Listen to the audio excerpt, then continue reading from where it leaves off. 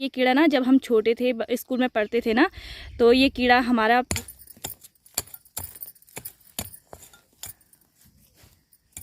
गौशाला के लिए हमने अलग सा झाड़ू बना रखा है।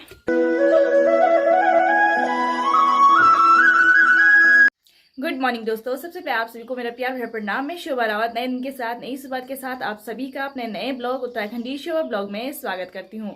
ब्लॉग की शुरुआत आज मैं 6:30 के आसपास कर रही हूँ। सुबह हल्का बूंदाबांदी के साथ साथ चारों तरफ कोहरा छा गया है। अभी कोहरा इस तरीके से छाया हुआ है कि वाष्प बन के ये सीधे बादलों के साथ जा रहा है और फिर बादलों के साथ मिलकर के बारिश की तैयारी में लग जाएगा।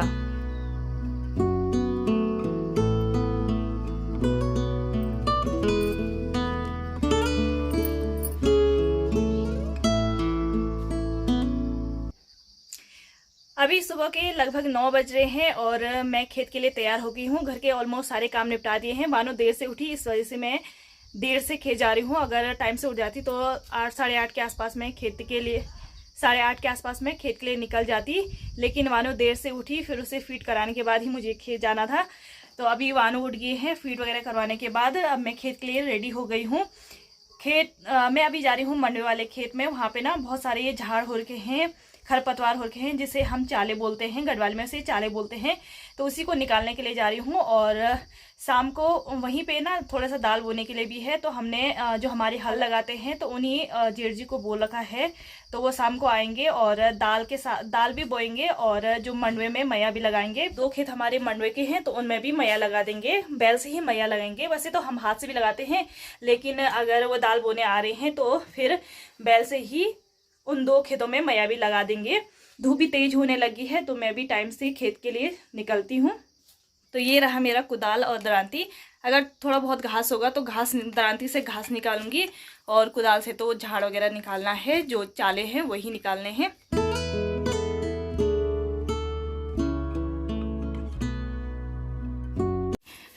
तो मैं उसी खेत में आ रही हूँ जहाँ से हमने उस दिन घास निकाला था। सूखा हुआ घास लेने आ रखे थे, तो वही खेत में, उसी के बगल पे हमारा खेत है। वहीं पे मैं गुड़ाई करने आ रखी हूँ, वहीं पे मैं झाड़ निकालने आ रखी हूँ। तो ये रहा हमारा खेत जिसमें हमने मंडवा बो रखा है। और मंडवे के साथ साथ आप देख रहे होंगे कितना ज़्यादा खरपतवार हो रखा है, झाड़ कितना हो रखा है इसमें। तो जो ये मोटा मोटा झाड़ है ना, यही निकालूंगी। जो बारीक झाड़ है वो अभी नहीं निकालेंगे।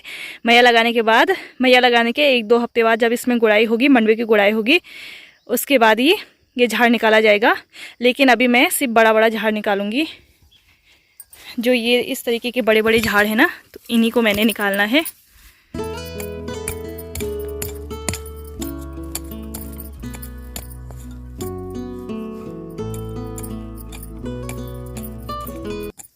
तो आप यहाँ पे देख रहे होंगे ये बड़ा बड़ा जो झाड़ है, बड़ा बड़ा जो खरपतवार है, इसी को हमें निकालना होता है। और बाकी जो छोटा खरपतवार है, छोटा झाड़ है, उसे अभी नहीं निकालेंगे, क्योंकि जब इन खेतों में मैया लग जाएगा, मंडवे में मैया लग जाएगा, उसके 2 हफ्ते बाद ही मंडवे की गुड़ाई होगी। और जो छोटा वाला खरपतवार है, छोटा झाड़ है, उसे उसी टाइम निकाला जाएगा। अभी जो बड़ा बड़ा झाड़ है उसी को मैं निकालूंगी ताकि मैया लगाने में आसानी हो। और जो खरपतवार है ना, जो बड़ा बड़ा झाड़ है, खरपतवार है, वो नीचे दबे ना, मिट्टी के नीचे दबे ना। इसी वजह से हमें जो बड़ा बड़ा खरपतवार होता है उसे निकालना ज़रूरी होता है। तो ना मैं फटाफट से बड़ा बड़ा खरपतवार निकाल लेती हूँ। खेत की गुड़ाई करते करते मुझे ये कीड़ा मिला। ये कीड़ा ना जब हम छोटे थे स्कूल में पढ़ते थे ना, तो ये कीड़ा हमारा फेल और पास होने पे डिपेंड करता था। जैसे अगर फेल में उड़ा तो हम सोचते थे हम फेल हो जाएंगे, और अगर ये कीड़ा पास होने पे उड़ा, पास बोलने पे उड़ा, तो हम सोचते थे हम पास हो जाएंगे। तो ये कीड़ा ना हमारा फेल पास होना निर्भर करता था। इस कीड़े पर हमारा फेल पास होना डिपेंड करता था, निर्भर करता था। तो वो देखो कीड़ा उड़ गया। तो लगभग जितना भी बड़ा बड़ा खरपतवार था, जितना बड़ा बड़ा झाड़ था, वो मैंने निकाल दिया है। और अब छोटा छोटा झाड़ बचा हुआ है। अब उधर जो लास्ट में भीमल का पेड़ देख रहे होंगे ना, तो उससे आगे तक हमारा खेत है, जहाँ पे वो आप हरी हरी झाड़ देख रहे होंगे। तो अभी लगभग 10:30 हो रहा है और गर्मी इतनी तेज़ होने लगी, धूप इतनी तेज़ पड़ी ना। 2 दिन से बारिश नहीं हुई। कल भी सुबह हुई थी कल सुबह हुई थी बारिश, उसके बाद पूरे दिन भर धूप रही। और आज सुबह से ही धूप है, तो गर्मी बहुत तेज़ पड़ रही है, बहुत तेज़ धूप हो रही है। और गुड़ाई करते करते ना झाड़ निकालते निकालते पसीना आ गया था, तो मैंने सोचा थोड़ी देर छाँव में बैठती हूँ और उसके बाद फिर से जितना झाड़ बचा है, खरपतवार बचा है, उसे भी निकाल के ही जाऊंगी। जब खेत में आ रखी हूँ तो जितना भी खरपतवार है, जितना भी मोटा मोटा झाड़ है, उसे निकाल के ही जाऊंगी, चाहे 11 बजे चाहे 12 बजे, तो सारा काम करके ही जाऊंगी, सारा काम निपटा के ही जाऊंगी।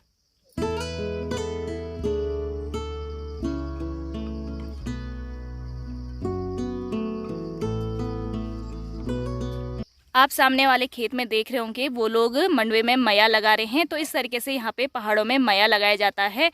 एक पीछे से दबाता है और आगे से बैलों से खींचते हैं। जैसे हल लगाते हैं ना, तो हल की जगह पे यहाँ पे मया होता है, जिसके 5 या 7 दांत होते हैं, जिनके द्वारा मया लगाया जाता है।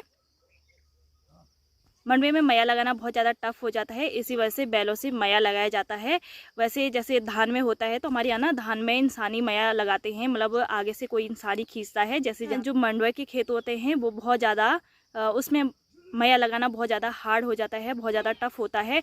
इस वजह से ज़्यादातर मया बैलों के द्वारा ही लगाया जाता है। अगर किसी के बैल नहीं होते हैं तो वो इंसान, मतलब वो लोग ही खुद ही मया लगाते हैं, बैलों के द्वारा नहीं।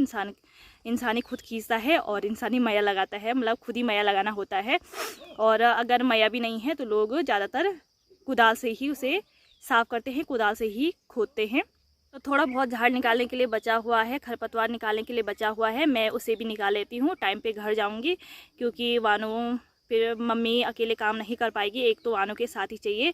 फिर बाहर का जितना भी काम है वो वैसे ही रहेगा, खाना बनाने भी जाना है। तो जितना खरपतवार है, जितना झाड़ वगैरह बचा हुआ है, उसे भी मैं निकाल लेती हूँ। तो मैंने सारा मोटा मोटा झाड़ निकाल दिया है और इस तरीके से अब खेत काफ़ी साफ़ लग रहा है। शाम को इसमें मया लगाएंगे। मया के साथ साथ ही मोटा मोटा जो छोटा मोटा झाड़ है, मंडवा है, उसे थोड़ा सा छान लेंगे। छाँट छूट करके साफ़ करके कुछ मंडवा रहने देंगे और कुछ मंडवा साइड कर देंगे। तो फाइनली मेरा काम पूरा हो गया है। अब मैं चलती हूँ घर की ओर।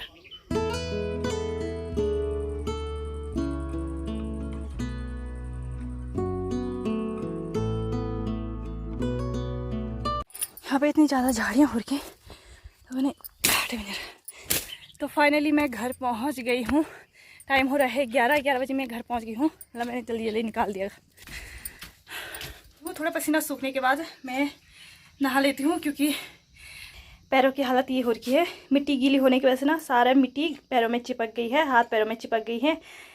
अगर मिट्टी सूखी होती तो इतना नहीं चिपकती, लेकिन मिट्टी गीली है, इस वजह से पूरे हाथ पैरों में, कपड़ों में मिट्टी चिपक गई है।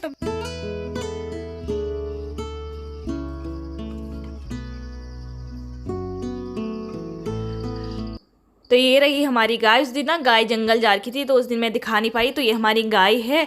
और आपको ना यहाँ पे इस साइड को ज़्यादातर गाय हो चाहे बैल हो, ज़्यादातर काले ही देखने को मिलेंगे।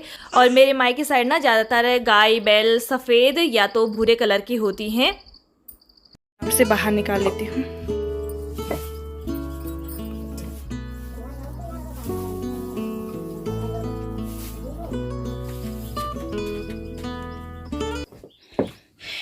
तो यहाँ पे गौशाला को इस तरीके से साफ़ किया जाता है और गौशाला के लिए हमने अलग सा झाड़ू बना रखा है। तो इस साइड गौशाला को झाड़ू से ही साफ़ किया जाता है। आप देख रहे होंगे, ऐसा नहीं लग रहा होगा कि यहाँ पे गाय रहती है, गोबर बिल्कुल भी नज़र नहीं आ रहा होगा। तो इस तरीके से यहाँ पे गौशाला साफ़ की जाती है। और जिस पे गाय बांधते हैं ना, खूंटी को हमारे यहाँ पे कील बोलते हैं, इसको कील बोला जाता है। और जो ये कील बनाया गया है, ये पत्थर का बनाया गया है। और जो ये जिस पे गाय बांधी जाती है, जो ये गाय बांधने वाली रस्सी है, इसको यहाँ पे गैना बोला जाता है। और इधर साइड भी देख रहे होंगे, दोनों साइड हमने कील यहाँ पे पत्थर के बना रखे हैं।